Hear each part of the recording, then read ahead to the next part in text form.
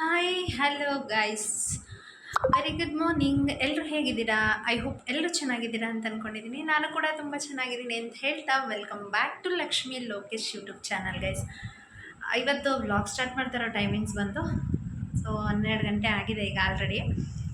ಇನ್ನು ಈಗಷ್ಟೇ ಮನೆ ಕೆಲಸ ಎಲ್ಲ ಮುಗಿಸಿ ಕಾರ್ಡ್ ಕೊಡೋದಂತೂ ಕಂಪ್ಲೀಟಾಗಿ ಎಲ್ಲ ಕಾರ್ಡ್ ಕೊಟ್ಟಿದ್ವಿ. ಬಟ್ ಇನ್ನೂ ಒಂದು ಸ್ವಲ್ಪ ಜನಕ್ಕಿದೆ ಕಾರ್ಡ್ ಕೊಡಬೇಕಾದ್ರೆ ಅಂತೂ ಯಾವ ವೀಡಿಯೋಸು ಮಾಡೋಕ್ಕಾಗಲಿಲ್ಲ ಗೃಹ ಪ್ರವೇಶದ ಕಾರ್ಡ್ ಕೊಡೋದಕ್ಕೆ.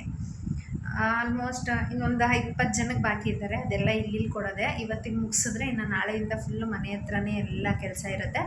ಹಾಗಾಗಿ ನಾಳೆಯಿಂದ ಎಲ್ಲೂ ಹೋಗೋದಕ್ಕಾಗಲ್ಲ. ಇನ್ನು ಋತ್ವಿಕ್ನ ಆ್ಯಕ್ಚುಲಿ ಮಲಗಿಸಿದ್ದೀನಿ, ನೀವು ನೋಡ್ತಿರ್ಬೋದು. ಅವನು ಇಲ್ಲೇ ಇರೋದ್ರಿಂದ ಈಗ ಅವನ್ನ ಮಲಗಿಸ್ಲಿಲ್ಲ ಅಂದರೆ ಯಾವುದೇ ರೀತಿ ಏನೂ ಕೆಲಸ ಮಾಡೋದಕ್ಕಾಗಲ್ಲ. ಇವತ್ತು ಪುರೋಹಿತರ ಸಾಮಾನು ತರೋಕ್ಕೆ ಇನ್ನೇನು ರೆಡಿ ಆಗಿದ್ದೀನಿ, ಹೊರಡಬೇಕು. ಮಂಜು ಬೆಂಗಳೂರಿಂದ ಬರ್ತಾ ಇದ್ದಾಳೆ. ಹೂವು ತರೋದಕ್ಕೆ ಬೆಳಗ್ಗೆನೇ ಕಾರ್ ಹೋಗಿತ್ತು. ಸ್ವಾಮಿ ಕರ್ಕೊಂಡು ಬರ್ತೀನಿ ಅಂತ ಬೆಳಗ್ಗೆ ಇಲ್ಲಿ 8 ಗಂಟೆಗೆ ಬಿಟ್ಟಿದ್ದ. KR ಮಾರ್ಕೆಟ್ಗೆ ಹೋಗಿ ಬೆಂಗಳೂರಲ್ಲಿ ಎಲ್ಲ ತೊಗೊಂಬರ್ತಾ ಇದ್ದಾರೆ. ಎಷ್ಟಾಯಿತು ಏನೇನು ತಂದಿದ್ದಾರೆ ಅನ್ನೋದನ್ನು ನೆಕ್ಸ್ಟ್ ಬ್ಲಾಗಲ್ಲಿ ಶೇರ್ ಮಾಡ್ತೀನಿ. ಇವತ್ತಿನ ಬ್ಲಾಗಲ್ಲಿ ಆ್ಯಕ್ಚುಲಿ ಅಕ್ಷಯ ತೃತೀಯದ ದಿವಸ ಏನು ತೊಗೊಬೇಕು, ಅಂದರೆ ಏನು ತೊಗೊಳಕ್ಕಾಗದಿದ್ದವರು ಏನು ತೊಗೊಂಡ್ರೆ ಒಳ್ಳೆಯದು ಅನ್ನೋದನ್ನು ಇವತ್ತಿನ ವ್ಲಾಗಲ್ಲಿ ಶೇರ್ ಮಾಡೋಣ ಅಂತ ಅಂದ್ಕೊಂಡಿದ್ದೀನಿ. ಯಾಕಪ್ಪ ಅಂತ ಹೇಳಿದ್ರೆ, ಎಲ್ಲರಿಗೂ ಅಕ್ಷಯ ತೃತೀಯಗೆ ಚಿನ್ನ ತೊಗೊಳೋದಕ್ಕೆ ಆಗೋದೇ ಇಲ್ಲ. ಹಾಗೆ ಚಿನ್ನ ತೊಗೊಂಡಿಲ್ಲ ಅಂದರೆ ಏನು ತೊಗೊಬೋದು ಅನ್ನೋದನ್ನು ಇವತ್ತು ಶೇರ್ ಮಾಡ್ತೀನಿ. ನಾನು ಏನು ತೊಗೊಂಡಿದ್ದೀನಿ ಅನ್ನೋದನ್ನು ಕೂಡ ಶೇರ್ ಮಾಡ್ತೀನಿ. ಹಾಗೆ ನಾನು ಈ ವರ್ಷ ಏನು ಮಾಡಬೇಕು ಅಂದ್ಕೊಂಡಿದ್ದೀನಿ ಅನ್ನೋದನ್ನು ಇವತ್ತಿನ ವ್ಲಾಗಲ್ಲಿ ಶೇರ್ ಮಾಡ್ತೀನಿ. ನಮ್ಮಂಥ ಮಿಡಲ್ ಕ್ಲಾಸ್ ಜನಕ್ಕೆ ಅಕ್ಷಯ ತೃತೀಯ ದಿವಸ ಕಂಪ್ಲೀಟಾಗಿ ಗೋಲ್ಡೇ ತೊಗೊಳೋದಕ್ಕಂತೂ ಸಾಧ್ಯ ಇರಲ್ಲ. ಅದರಲ್ಲೂ ಒಂದು ಕೆಲಸ ಇದ್ದರೆ ಒಂದು ಕೆಲಸ ಪೆಂಡಿಂಗ್ ಇರುತ್ತೆ. ಒಂದು ಕೆಲಸ ಇದ್ದು ಇನ್ನೊಂದು ಕೆಲಸ ಏನಾದರೂ ಮಾಡಬೇಕು ಅಂತ ಹೇಳಿದ್ರೆ ಅಮೌಂಟ್ ಇರಲ್ಲ. ಇವಾಗ ಎಕ್ಸಾಂಪಲ್ ಅಂದರೆ ನಮ್ಮದೇ ಗೃಹ ಪ್ರವೇಶ ಇದೆ, ಬಟ್ ಅಕ್ಷಯ ತೃತೀಯ ದಿವಸ ನಾನು ಏನೂ ತೊಗೊಳೋದಕ್ಕೆ ಆಗ್ತಾಯಿಲ್ಲ ಈ ವರ್ಷ. ಸೊ ಹಂಗಾಗಿ ನಾನು ಅಕ್ಷಯ ತೃತೀಯ ದಿವಸ ಚಿನ್ನ ತೊಗೊಂಡಿಲ್ಲ ಅಂದರೆ ಏನು ಮಾಡ್ತೀನಿ ಅನ್ನೋದನ್ನು ಇವತ್ತು ನಿಮ್ಮ ಜೊತೆ ಶೇರ್ ಮಾಡ್ತೀನಿ. ಸೊ ಬನ್ನಿ ಏನೇನು ಅಂತ ನಿಮ್ಮ ಜೊತೆ ಶೇರ್ ಮಾಡ್ತೀನಿ ಗೈಸ್. ಇನ್ನು ನಾನು ಅಕ್ಷಯ ತೃತೀಯ ದಿನ ಏನು ತೊಗೊಳ್ತಾ ಇದ್ದೀನಿ ಅಂದರೆ, ಒಂದು ನಿಮಿಷ ಗೈಸ್. ಇನ್ನು ನಾನು ಗೃಹ ಪ್ರವೇಶದ ದಿವಸ ಯಾವ ಜ್ಯುವೆಲ್ಲರಿ ಹಾಕ್ಕೋಬೇಕು ಅನ್ನೋದನ್ನು ನನಗೆ ಕಮೆಂಟ್ ಮಾಡಿ. ಇದು ಆ್ಯಕ್ಚುಲಿ ನಂದು ಫಸ್ಟಿನ ಸೆಟ್ಟು ತೋರಿಸ್ತೀನಿ ನೋಡಿ. ಇದು ಈ ಸೆಟ್ ಹಾಕ್ಕೋಬೇಕಂತಂದರೆ ಈ ಸೆಟ್ ಹಾಕ್ಕೊಳೋದ ಬೇಡವಾ ಅನ್ನೋದನ್ನು ತೋರಿಸಿ. ಇನ್ನೊಂದು ನನಗೆ ಅಮ್ಮ ಕೊಡಿಸಿದ್ದಾರೆ ಜ್ಯುವೆಲ್ಲರಿ ಅಂತ ಹೇಳಿದ್ನಲ್ಲ, ಆ ಜ್ಯುವೆಲ್ಲರಿ ಹಾಕ್ಕೋಬೇಕಾ ಅನ್ನೋದನ್ನು ಹಾಕ್ಕೋಬೇಕಾ ಅನ್ನೋದನ್ನು ಯಾವ್ದು ಕಮೆಂಟ್ಸ್ ಮಾಡಿ ನನಗೆ. ಅದು ನಮ್ಮಮ್ಮ ಕೊಟ್ಟಿರೋ ಜ್ಯುವೆಲ್ಲರಿ ಅಂತ ನಾನು ತೋರಿಸಿದ್ದೀನಿ, ಇಲ್ಲ ಈ ಜ್ಯುವೆಲ್ಲರಿ ಹಾಕ್ಕೋಬೇಕಾ ಅನ್ನೋದನ್ನು ಕಮೆಂಟ್ ಮಾಡಿ. ಇದರಲ್ಲಿ ಆ್ಯಕ್ಚುಲಿ ನಂದು ಲಾಂಗ್ ಚೈನು ಮತ್ತು ಶಾರ್ಟು, ಇದ್ರದ್ದೇ ಜುಮ್ಕಿ, ಇದ್ರದ್ದೇ ಓಲೆ ಮತ್ತು ಇದರಲ್ಲೇ ಮಾಟಿನೂ ಕೂಡ ಇಲ್ಲೇ ಇದೆ. ಇದನ್ನು ಹಾಕ್ಕೊಬೇಕಾ ಅಥವಾ ಇನ್ನೊಂದು ನಾನು ಪೆಂಡೆಂಟ್ ಜ್ಯುವೆಲ್ಲರಿ ಅಂತ ಹಾಕಿದ್ದೆ, ಆ ಜ್ಯುವೆಲ್ಲರಿ ಹಾಕ್ಕೊಬೇಕಾ ಅನ್ನೋದನ್ನು ಕಮೆಂಟ್ ಮಾಡಿ. ಆ ಜ್ಯುವೆಲ್ಲರಿನ ಆ್ಯಕ್ಚುಲಿ ತುಂಬ ಜನ ಸಿಸ್ಟರ್ ಇದು ನೋಡೋದಕ್ಕೆ ರೋಲ್ಡ್ ಗೋಲ್ಡ್ ಥರ ಇದೆ ಅಂತ ಕೆಲವೊಬ್ಬರು ಮೆಸೇಜ್ ಮಾಡಿದರು. ಬಟ್ ಇರಲಿ, ಅವ್ರು ಹೇಳಿದ್ರು ಅಂತ ನಾನೇನು ಬೇಜಾರು ಮಾಡ್ಕೊಳಕ್ಕೆ ಹೋಗಲ್ಲ. ಅವ್ರ ಅಭಿಪ್ರಾಯನ ಅವ್ರು ತಿಳಿಸಿದ್ದಾರೆ ಅಂತ ಅಂದ್ಕೊಳ್ತೀನಿ ಅಷ್ಟೇ. ಇನ್ನು ಹುಡುಗರಿಗೆಲ್ಲ ಬಟ್ಟೆನೂ ಕೂಡ ತೊಗೊಂಡು ಬಂದಿದ್ದೀನಿ. ಯಾವ್ಯಾವ ಬಟ್ಟೆ ತೊಗೊಂಬಂದಿದ್ದೀನಿ ಅನ್ನೋದನ್ನು ತೋರಿಸ್ತೀನಿ. ಬಟ್ಟೆ ಆ್ಯಕ್ಚುಲಿ ನಾನೇ ಇನ್ನು ಏನೂ ತೊಗೊಂಡಿಲ್ಲ. ಅಮ್ಮ ಒಂದು ಜೊತೆ ಬಟ್ಟೆ ಕೊಟ್ಟಿದ್ದಾರೆ, ಹಾಗೆ ಇನ್ನೊಂದು ಜೊತೆ ಮಾಮೂಲಿ ಮನೆಯದೇ ಇದೆ, ಅದೇ ತೊಗೊತೀನಿ. ಹೊಲಿಸೋದಕ್ಕೂ ಆಗಲಿಲ್ಲ. ಆಮೇಲೆ ಈಗಿನ ಖರ್ಚಲ್ಲಿ ನಮಗೆಲ್ಲ ಸ್ವಲ್ಪ ಬಜೆಟ್ ಸೇವ್ ಮಾಡಬೇಕು ಅನ್ನೋಂಗೆ ಆಯಿತು. ಸೊ ಹಾಗಾಗಿ ನಾನೇನು ತೊಗೊಂಡಿಲ್ಲ. ಲೋಕಿಗೂ ಕೂಡ ಆ್ಯಕ್ಚುಲಿ ಏನೂ ತೊಗೊಂಡಿಲ್ಲ. ಋತ್ವಿಕ್ ಸಿಂಪಲ್ಲಾಗಿ ಸೊ ಈ ಥರ ಟಿ ಶರ್ಟ್ಸ್ ತೊಗೊಂಡಿದ್ದೀನಿ ಅವನಿಗೆ. ಇದರ ಟಿ ಶರ್ಟ್ಸು ಇದು ಕಾಂಬಿನೇಷನ್ ಈ ಥರದ್ದು 3/4. ಅವನಿಗೆ ಇನ್ನೊಂದು ಏನಪ್ಪ ಅಂತ ಹೇಳಿದ್ರೆ, ಸ್ವಲ್ಪ ಸಾಫ್ಟ್ ಹಾಕ್ಕೋಬೇಕು, ಇಲ್ಲಾಂದರೆ ರಚ್ಚೆ ಹಿಡಿತಾನೆ. ಸೊ ಪೂಜೆಯಲ್ಲೆಲ್ಲ ಸಿಕ್ಕಾಪಟ್ಟೆ ಶೆಕೆ ಇರೋದ್ರಿಂದ ಬೇರೆ ಡ್ರೆಸ್ ಎಲ್ಲ ನಾನು ತೊಗೊಂಡಿಲ್ಲ. ಆಸೆ ಇತ್ತು ನನಗೂ ಅವ್ನಿಗೊಂದು ಸೂಟ್ ತೊಗೋಬೇಕು ಅಂತ, ಬಟ್ ಬಜೆಟ್ ಪ್ರಾಬ್ಲಮ್ಮು, ಹಾಗಾಗಿ ಅದನ್ನೇನು ತೊಗೊಳೋದಕ್ಕಾಗಲಿಲ್ಲ ಅವನಿಗೆ. ಆಮೇಲೆ ಇದು ನೈಟ್ ಹಾಕೋದಕ್ಕೆ ತೊಗೊಂಡಿದ್ದೀನಿ. ಬೆಳಗ್ಗೆ ಹಾಕೋದಕ್ಕೆ ಪೂಜೆಗೆ ರಾಮರಾಜ್ ಅವ್ರದ್ದು ಪಂಚೆ ಶರ್ಟು ಮಂಜು ತೊಗೊಂಡು ಬಂದಿದ್ದಾಳೆ, ನಾನು ತೊಗೊಂಬಂದಿಲ್ಲ. ಹಾಗಾಗಿ ನಾನು ಬರೀ ಒಂದು ಜೊತೆ ತೊಗೊಂಡು ಬಂದಿದ್ದೀನಿ. ಇನ್ನು ರಿತಿಕ್ಷನ್ಗೆ ಆ್ಯಕ್ಚುಲಿ ನೈಟ್ ಹಾಕ್ಕೊಳೋದಕ್ಕೆ ಇನ್ನೊಂದು ಡ್ರೆಸ್ ಇದೆ. ಇವಾಗ ಇದು ಬಂದು ಡೇ ಹಾಕ್ಕೊಳೋದಕ್ಕೆ ತೊಗೊಂಡಿದ್ದೀನಿ. ಅವಳಿಗೆ ಇದು ಈಗೆಲ್ಲ ಸೆಮಿ ಒಂಥರ ಏನಂತ ಹೇಳ್ತಾರೆ, ಚೂಡಿದಾರ್ ಟೈಪಲ್ಲ, ಇದು ಕುರ್ತಾ ಟೈಪು ಪ್ಯಾಟ್ರನ್ ಕ್ಯಾಟ್ಲಾಕಲ್ಲಿ ತೋರಿಸ್ತೀನಿ ನೋಡಿ. ಇದು ಪ್ಯಾಂಟ್ ಮಾತ್ರ ಈ ಥರ ತುಂಬ ಅಗಲ ಬರುತ್ತೆ, ಇದು ಟಾಪ್ ಈ ಥರ ಇರುತ್ತೆ. ಸೊ ಸೇಮ್ ಕಲರ್ ಇಲ್ಲಿ ಏನು ಕ್ಯಾಟ್ಲಾಗಲ್ಲಿದೆ ಇದೇ ಥರದ್ದೇ ಅವಳಿಗೆ ತೊಗೊಂಡಿರೋದು. ಡ್ರೆಸ್ಸು ಕ್ವಾಲಿಟಿ ವೈಸ್ ನೋಡೋದಾದರೆ ತುಂಬ ಸಾಫ್ಟ್ ಇದೆ, ತುಂಬ ಚೆನ್ನಾಗೂ ಇದೆ. ಈ ಥರ ಬಂದಿದೆ ಅವಳಿಗೆ ಹೆವಿ ಡ್ರೆಸ್ಸು, ಬಟ್ ಚೆನ್ನಾಗಿದೆ ಗೈಸ್ ಇದು ನೋಡೋದಕ್ಕೆ. ನನಗಂತೂ ಇದು ತುಂಬ ಇಷ್ಟ ಆಯಿತು. ಇದ್ರ ಪ್ರೈಸ್ ಬಂದು ಮಕ್ಕಳದ್ದು ಆ್ಯಕ್ಚುಲಿ ಇಷ್ಟೊಂದು ಕಾಸ್ಟ್ಲಿ ಇದೆ ಅಂತ ಅಂದ್ಕೊಂಡಿರಲಿಲ್ಲ ನಾನು. ರಿತಿಕ್ಷನ್ದು ಇದು 2,500 ರೂಪಾಯಿ ಗೈಸ್, ಇನ್ನೊಂದು 1,000 ರೂಪಾಯಿಗಿತ್ತು, ಬಟ್ ಅದು ನನಗೆ ಇಷ್ಟ ಆಗಲಿಲ್ಲ, ಹಂಗಾಗಿ ಇದೇ ತೊಗೊಂಡೆ. ಋತ್ವಿಕ್ದು 600 ಹೇಳಿದ್ರು, 400 ರುಪೀಸ್ ಮಾಡಿ ತೊಗೊಂಡಿದ್ದೀನಿ. ದೊಡ್ಡವ್ರ ಬಟ್ಟೆ ತೊಗೊಂಡ್ಬಿಡ್ಬೋದು, ಮಕ್ಳ ಬಟ್ಟೆ ತೊಗೊಳೋದಕ್ಕಾಗಲಿಲ್ಲ, ಅಷ್ಟೊಂದು ಕಾಸ್ಟ್ಲಿ ಅಂದರೆ ತುಂಬಾ ಕಾಸ್ಟ್ಲಿ ಇತ್ತು. ಸೊ ಹಾಗಾಗಿ ಅವ್ರಿಗೆ ಮಾತ್ರ ತೊಗೊಂಡಿದ್ದೀನಿ. ನನಗೆ ಯಾವುದೇ ರೀತಿ ಏನು ಬಟ್ಟೆ ಅಂತ ಏನು ತೊಗೊಂಡಿಲ್ಲ, ಯಾವಾಗಾದರೂ ತೊಗೊಳೋಣ. ಸೊ ನಮ್ಮನೆ ಪರಿಸ್ಥಿತಿ ನಮಗೆ ಅರ್ಥ ಆದರೆ ಸಾಕು ಅಂತ ಅಂದ್ಕೊಳ್ತೀನಿ. ಮಾತಾಡಿದ್ದಾರೆ ಕೆಲವರು, ಅದ್ರ ತಲೆ ಕೆಡಿಸ್ಕೊಳಲ್ಲ, ಹಾಕ್ಕೊಂಡು ಇವತ್ತೇ ಹಾಕ್ಕೋಬೇಕು ಅನ್ನೋದೇನಿಲ್ಲ, ಇನ್ನೂ ಟೈಮ್ ಇದೆ. ಬಟ್ ಆದರೂ ಗೃಹ ಪ್ರವೇಶಕ್ಕೆ ಹಾಕ್ಕೋಬೇಕಾಗಿತ್ತು, ಹಾಕ್ಕೊಳಕ್ಕಾಗಲಿಲ್ಲ. ಇನ್ನೊಂದ್ಸಲಿ ಯಾವಾಗಾದರೂ ಸಿಕ್ಕಿದಾಗ ಹಾಕ್ಕೊಳ್ತೀನಿ. ಇನ್ನು ಅಕ್ಷಯ ತೃತೀಯ ದಿವಸ ಚಿನ್ನ ಆಗದೇ ಇರೋರು ಏನು ತೊಗೊಳ್ಬೇಕು ಅನ್ನೋದನ್ನು ಇವತ್ತಿನ ಬ್ಲಾಗಲ್ಲಿ ಶೇರ್ ಮಾಡ್ತೀನಿ ಗೈಸ್.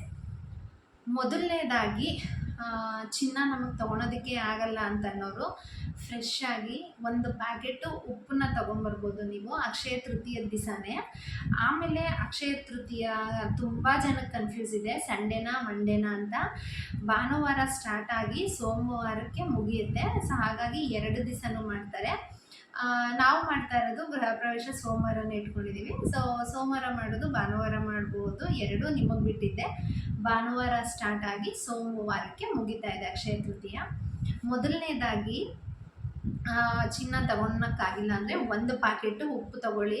ಉಪ್ಪು ತೊಗೊಂಡಿರೋರು ತುಂಬ ಜನ ನಾವೇನು ಮಾಡ್ತೀವಿ, ಪ್ಲಾಸ್ಟಿಕ್ಕಲ್ಲಿ ಹಾಕ್ತೀವಿ. ಅಂದರೆ ಈಗಲೂ ನಮ್ಮ ಮನೇಲಿ ಪ್ಲಾಸ್ಟಿಕ್ ಬಾಕ್ಸೇ ಇರೋದು. ಬಟ್ ಅಕ್ಷಯ ತೃತೀಯ ದಿವಸ ನಾನೇನು ಮಾಡ್ತೀನಿ ಅಂತ ಹೇಳಿದ್ರೆ, ಈ ಜಾರೆಲ್ಲ ಬರುತ್ತೆ ಅಂತ ಗೊತ್ತಾ ನಿಮಗೆ? ಅಂದರೆ ಈ ಉಪ್ಪಿನಕಾಯಿ ಎಲ್ಲ ಹಾಕೋದಕ್ಕೆ ಇಡ್ತಾರೆ ಕೆಲವರು, ಹುಣಸೆ ಹಣ್ಣು ಅಂದರೆ ಉಪ್ಪಿನಕಾಯಿ ಮಾಡಬೇಕಾದ್ರೆ ಹಾಕ್ತಾರಲ್ಲ ಆ ಥರ ಜಾರು.